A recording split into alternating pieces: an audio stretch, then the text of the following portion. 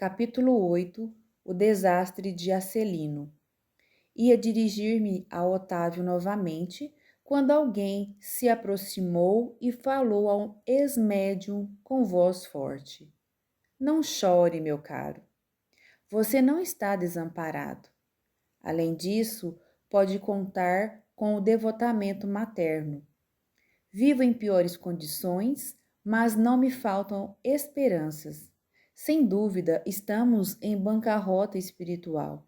No entanto, é razoável aguardarmos, confiantes, novo empréstimo de oportunidades do tesouro divino.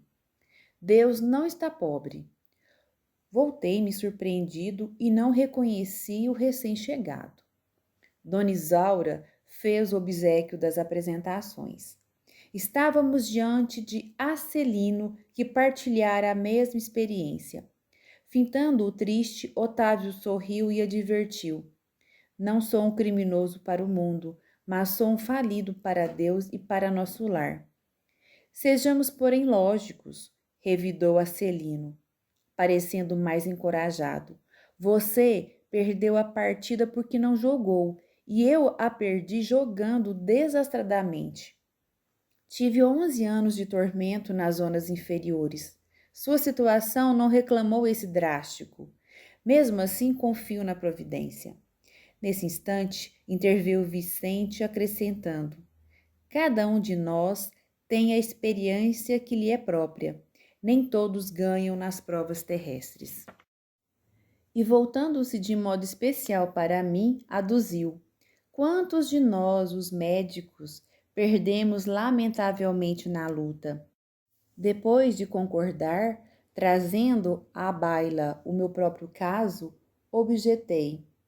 Seria, porém, muitíssimo interessante conhecer a experiência de Acelino. Teria sofrido o mesmo acidente de Otávio?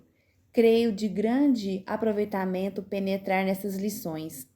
No mundo, não compreendia bem o que fossem tarefas espirituais, mas aqui a nossa visão se modifica. Há que cogitar do nosso futuro eterno. Acelino sorriu e obtemperou. Minha história é muito diferente. A queda que experimentei apresenta características diversas e, a meu ver, muito mais graves. E, atendendo-nos à expectativa, prosseguiu narrando. Também parti de nosso lar, no século findo, após receber valioso patrimônio instrutivo dos nossos assessores. Segui enriquecido de bênçãos. Uma de nossas beneméritas ministras da comunicação presidiu em pessoa as medidas atinentes à minha nova tarefa. Não faltaram providências para que me felicitasse a saúde do corpo e o equilíbrio da mente. Após formular grandes promessas aos nossos maiores, parti para uma das grandes cidades brasileiras em serviço de nossa colônia. O casamento estava em meu roteiro de realizações. Ruth, minha devotada companheira, incumbir-se-ia de colaborar comigo para melhor desempenho das tarefas. Cumprida a primeira parte do programa, aos 20 anos de idade fui chamado à tarefa mediúnica, recebendo enorme amparo dos benfeitores invisíveis. Recordo ainda a sincera satisfação dos companheiros do grupo doutrinário. A vidência, a audição e a psicografia que o Senhor me concedera por misericórdia constituíam decisivos fatores de êxito em nossas atividades. A alegria de todos era inexcedível. Entretanto, apesar das lições maravilhosas de amor evangélico, inclinei-me a transformar minhas faculdades em fonte de renda material. Não me dispus a esperar pelos abundantes recursos que o Senhor me enviaria mais tarde, após meus testemunhos no trabalho, e provoquei eu mesmo a solução dos problemas lucrativos. Não era meu serviço igual a outros? Não recebiam sacerdotes católicos romanos a remuneração de trabalhos espirituais e religiosos? Se todos pagávamos por serviços ao corpo, que razões haveria para fugir ao pagamento por serviços à alma? Amigos inscientes do caráter sagrado da fé aprovaram minhas conclusões egoísticas. Admitíamos que, no fundo, o trabalho essencial era dos desencarnados, mas também havia colaboração minha, pessoal, como intermediário pelo que devia ser justa a retribuição. Debalde, movimentaram seus amigos espirituais, aconselhando-me o melhor caminho.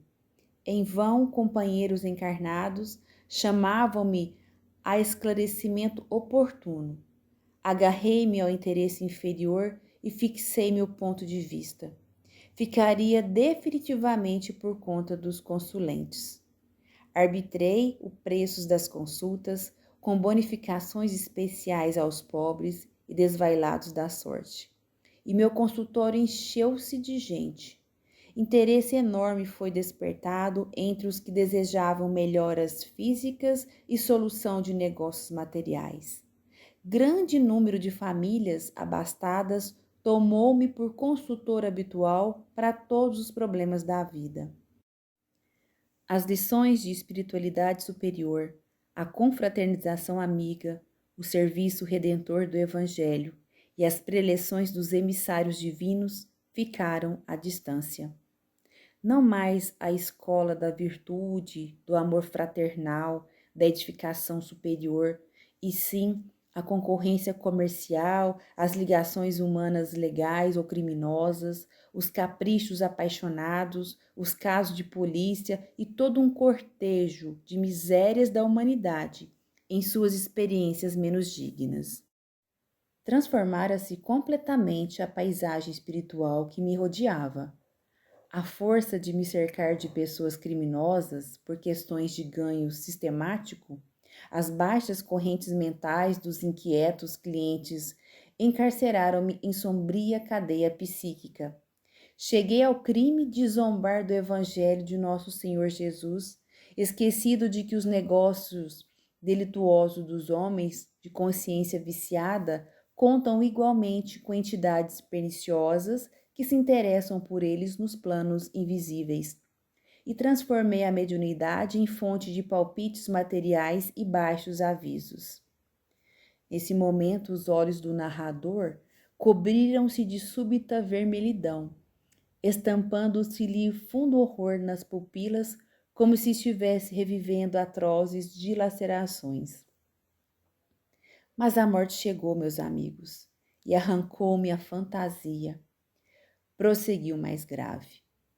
Desde o instante da grande transição, a ronda escura dos consulentes criminosos que me haviam procedido no túmulo rodeou-me a reclamar palpites e orientações de natureza inferior. Queriam notícias de cúmplices encarnados, de resultados comerciais, de soluções atinentes a ligações clandestinas. Gritei, chorei, implorei, mas estava algemado a eles por sinistros elos mentais, em virtude da imprevidência na defesa do meu próprio patrimônio espiritual. Durante 11 anos consecutivos, expiei a falta entre eles, entre o remorso e a amargura. Acelino calou-se, parecendo mais comovido em vista das lágrimas abundantes. Fundamente sensibilizado, Vicente considerou. Que é isso? Não se atormente assim. Você não cometeu assassínios, nem alimentou a intenção deliberada de espalhar o mal. A meu ver, você enganou-se também como tantos de nós. Acelino, porém, enxugou o pranto e respondeu.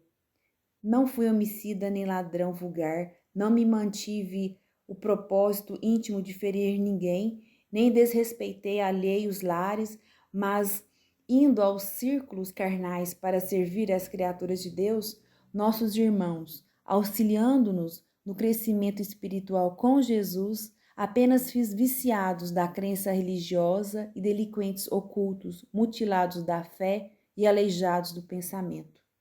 Não tenho desculpas, porque estava esclarecido. Não tenho perdão, porque não me faltou assistência divina. E depois de longa pausa, concluiu gravemente. Podem avaliar a extensão da minha culpa?